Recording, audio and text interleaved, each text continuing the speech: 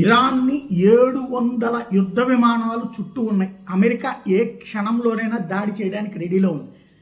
5th generation stealth fighters 100, refuelling tankers 100, అవాక్స్ 20 ఏదైతే నిఘా ప్లస్ పేల్ చేసేటటువంటి 18 ఎలక్ట్రానిక్ వార్ఫేర్ జెట్లు, 2 క్యారియర్ స్ట్రైక్ గ్రూప్స్ ప్రస్తుతం ఇరాన్ చుట్టూ ఉన్నాయి.